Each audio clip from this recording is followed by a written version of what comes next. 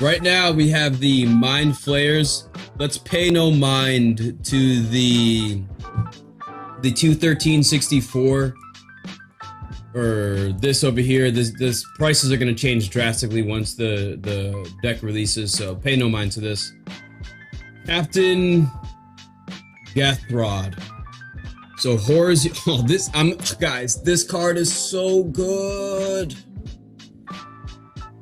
Oh, Captain G. So horrors you control have menace. Okay, whenever a horror you control deals combat damage to a player, that player mills that many cards. At the beginning of your end step, choose target artifact or creature card in an opponent's graveyard that was put there from the library this turn and put it onto the battlefield under your control.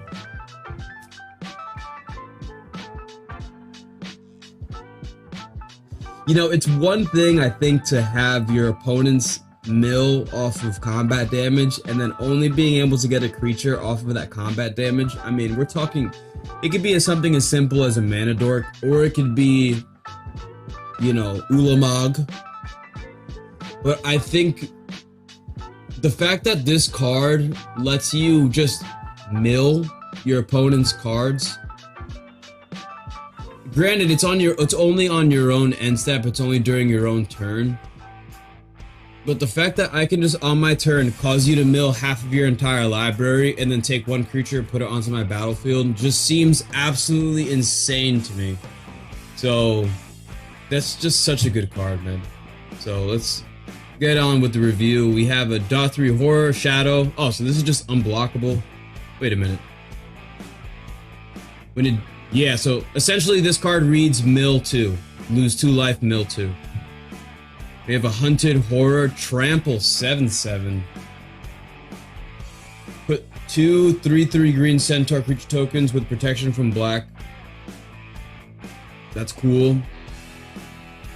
Phyrexian Revoker. Oh, that's a mean card. Spellskite. Dude, this is a good card right here, guys. This is a good card. Thank you for subscribing. I just saw that. Thank you for subscribing. We got a Spellskite here. You can pay Phyrexian mana to change target spell or ability to Spellskite. You know, it'd be interesting if you could give Spellskite like some form of indestructible or just something, and then just pay 2 life to just constantly have people target the Spellskite. Just a thought. We have the Wharf Infiltrator. Deals damage, you draw cards. This is new. Aboleth Spawn. Flash, Ward 2. Guys, Ward matters. Whenever a creature entering the battlefield under an opponent's control causes a triggered ability of that creature to trigger, you may copy that ability. What?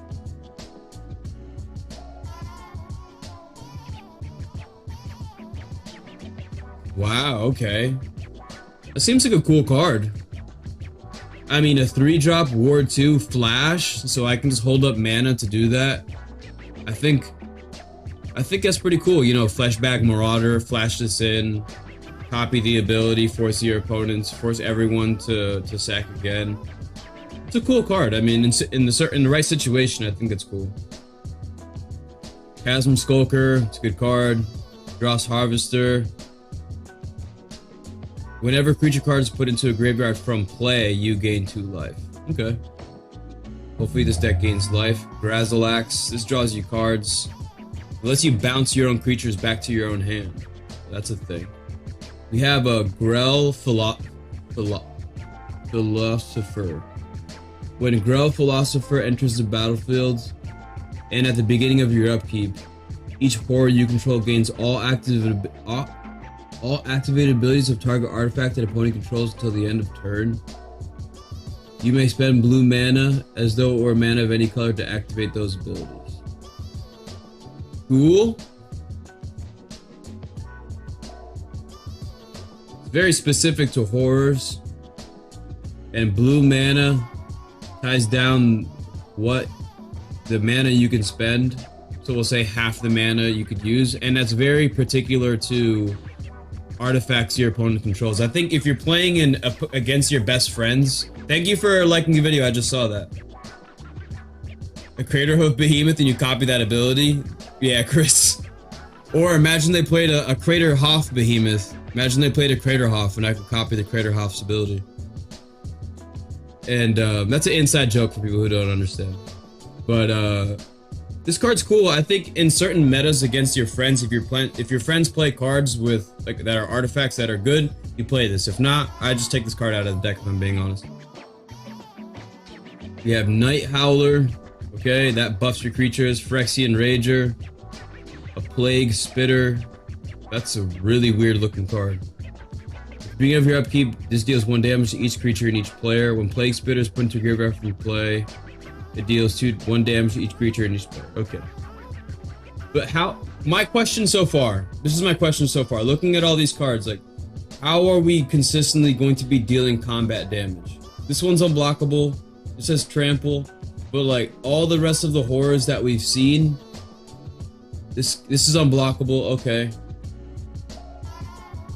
I just don't see how we're gonna end up dealing damage consistently so far. So that's my one thing to be aware of.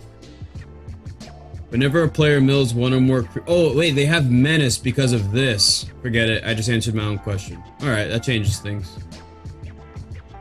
Woe Strider, Zealous Sanity Flare. These names are literally perfect. Whenever a player mills 1 or more creature cards, you create a 1/1... A 1/1 black horror creature token. Cool. So you could do that on your end step to have them mill and then be able to attack with another creature. This is cool. Yeah, you're 100%. Guys, thank you for liking the video. You got 17 likes right now. We have a Sewer Nemesis. I've seen this card before. Whenever the chosen player casts a spell, that player mills a card. We got the Chupacabra, straight from Puerto Rico. We got a Overcharged Amalgam. Okay. Counter target spell, activated ability or triggered ability. That's cool. Consuming Aberration. Ooh, guys, that art is amazing. I don't know how well that looks for you guys to be able to see that, but I think that art looks great. This is so cool. So whenever you cast a spell, each opponent reveals cards from the top of the library until they reveal a land card, then puts those cards into their graveyard. Oof. If a card was ever going to do that, it would look like that. If a creature had that ability, it would look exactly like that creature. Mind Flayer, okay, Nemesis of Reason. Oh, this card. Whenever this attacks, defending player puts the top 10 cards of his or her library into his or her graveyard. Psychosis Crawler. Are we drawing cards like that to I mean, it is a horror, so I guess you just have to throw it in there. Sludge Monster. Dark Hatchling. Nihilith. Brain Stealer Dragon. Wow. At the beginning of your end step, exile the top card of each opponent's library. You may play those cards for as long as they remain exiled. If you cast a spell this way, you may cast mana or spend mana as over many mana of any color to cast it. Whenever a non-land permanent opponent owns enters the battlefield under your control, they lose life equal to its mana value. I mean, it's a flying 6/6 dragon horror, so that's a thing. Mill 6 when it deals combat damage. A Dusk Mangler. So sack a creature, discard a card, pay life. Okay. Oh my god, Hullbreaker Horror? Guys, this isn't a Precon? Oh, dude. Everybody's gonna be playing this card now. Oh.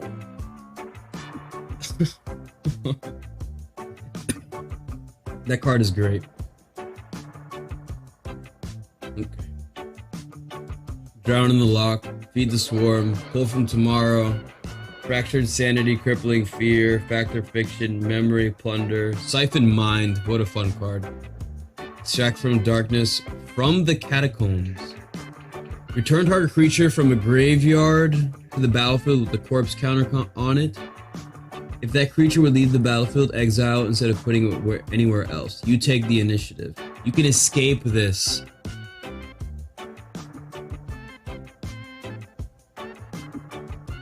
Cool. Why does the corpse counter matter? That's my question. That's a cool card, guys. I would put that in my reanimator decks. Curtain's Call. Wow, that's an expensive card. Hex. Psionic Ritual. Exile target instant or sorcery card from a graveyard and copy it. You may cast a copy. And you can tap an untapped horror. You can copy this for each time you tap a horror. Guys, wow, this is a bomb. This card can be a bomb. In any graveyard? Oh man, guys, this card is a straight up bomb, dude. This is a bomb.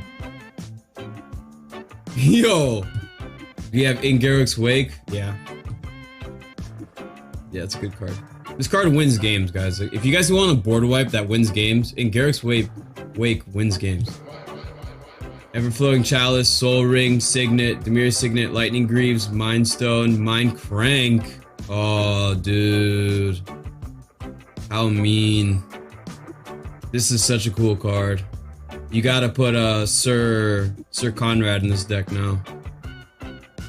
Talisman of Dominance, Thought Vessel, Dimir Key Rune, Herald's Horn. That's a really good reprint.